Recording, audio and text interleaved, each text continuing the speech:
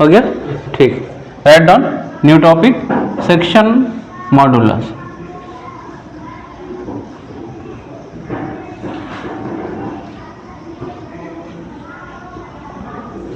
Section modulus है ना, write down सब हेडिंग सेक्शन मॉडुलस। इसको किससे डिनोट करते हैं?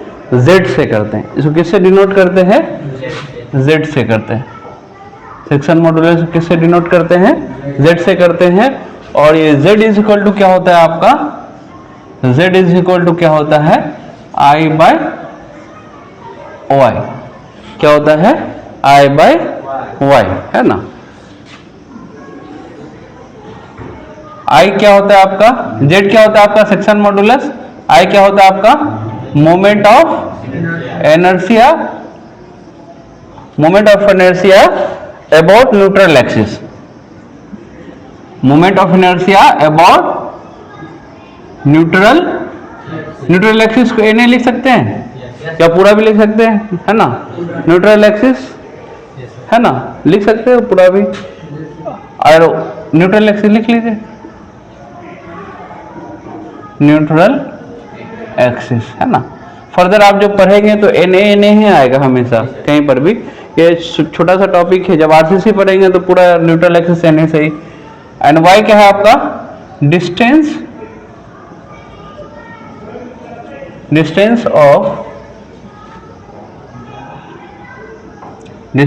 Of neutral axis from outermost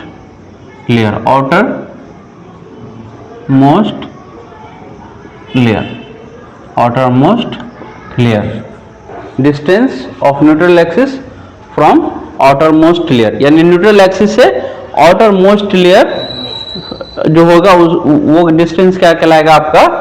y कहलाएगा है ना। तो इसके फार्मूला के हिसाब से z is equal to I by y हम लोग डिफाइन कर सकते हैं। आप लोग बोलेंगे, अभी प्रीवियस केस में देखे डेफिनेशन। अच्छा, इसका यूनिट क्या हो जाएगा anyone? z is equal to क्या हो जाएगा? न्यूटन कैसे आएगा? हाँ, इनर्शिया का क्या है यूनिट? बोलिए, इनर्शिया का क्या है? mm to the power 4। Very good. यहाँ z इज इक्वल टू क्या है? I by y। यहाँ क्या है? I का पावर क्या है? mm to the power 4। और y का क्या है यूनिट? मिलीमीटर में लेंगे है ना, क्योंकि मिलीमीटर में यहाँ ले रहे हैं। तो y इज इक्वल टू क्या हो गया? Millimetre. Get cancel, metre millimetre, millimetre millimetre, तो क्या बच जाएगा? क्यूब। तो z इज इक्वल टू क्या हो जाएगा आपका? बोलिए, millimetre cube.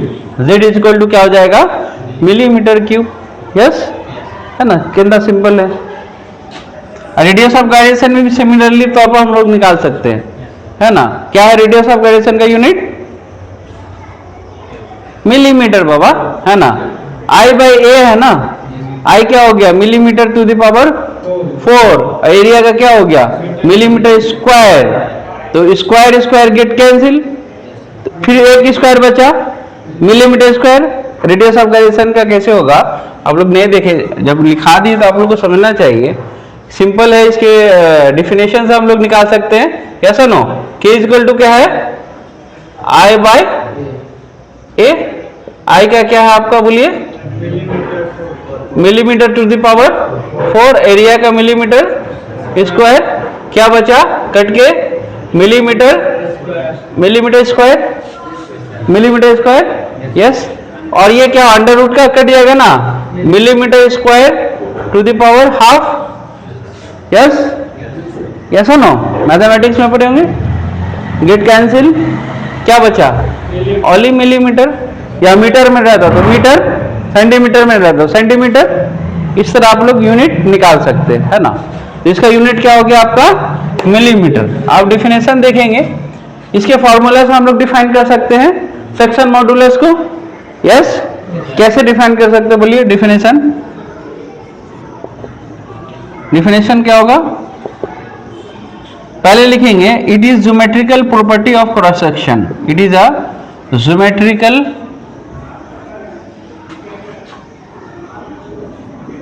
Geometrical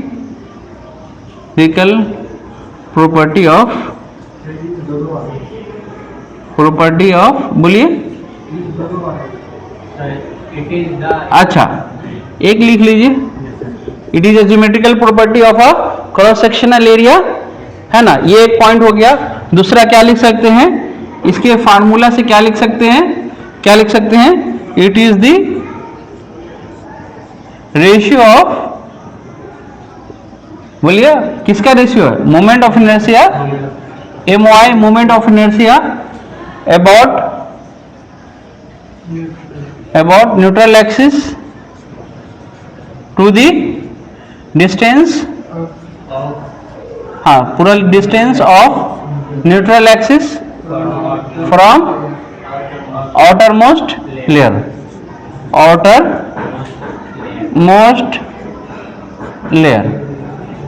most layer is called section modulus, है ना। It is a geometrical property of cross sectional area. It is the ratio of moment of लगाएंगे moment of inertia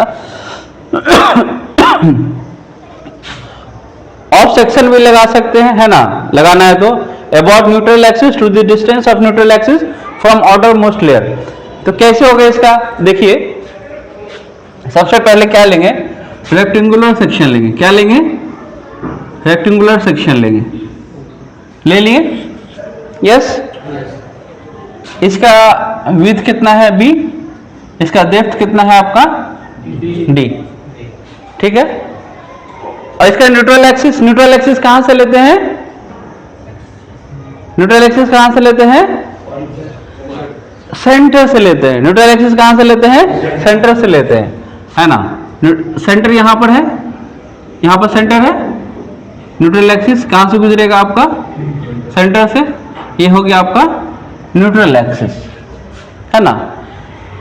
अब ये जो D है, अब हमें Y निकालना है ना, यस और नो, यस। तो ये यहां से यहां तक आपका क्या है, D है ना। और हमें Y चाहिए तो क्या हो जाएगा, बोलिए कहां से डिस्टेंस होगा, from neutral axis to the outermost layer, from neutral axis to the outermost layer। तो ये जो है यहां तक डिस्टेंस होगा, यानी न्यूट्रल एक्सिस से डिस्टेंस कहां तक जाएगा, outermost layer, यानी जो भी आपका सबसे आउटर रहेगा, outermost layer, वहां से डिस्टेंस लेंगे, यानी न्यूट्रल एक्सिस से outermost layer लेंगे। तो ये क्या हो जाएगा आपका D/2, यस, D का आधा हो जाएगा, यस आनो। तो D/2 इज इक्वल टू क्या हो जाएगा, Y, yes.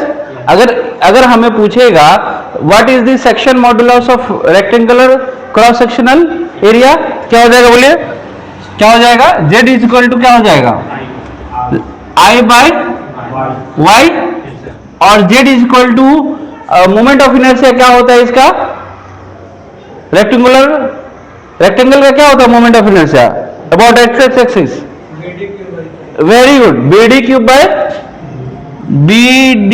Cube by 12, BD cube by 12, yes.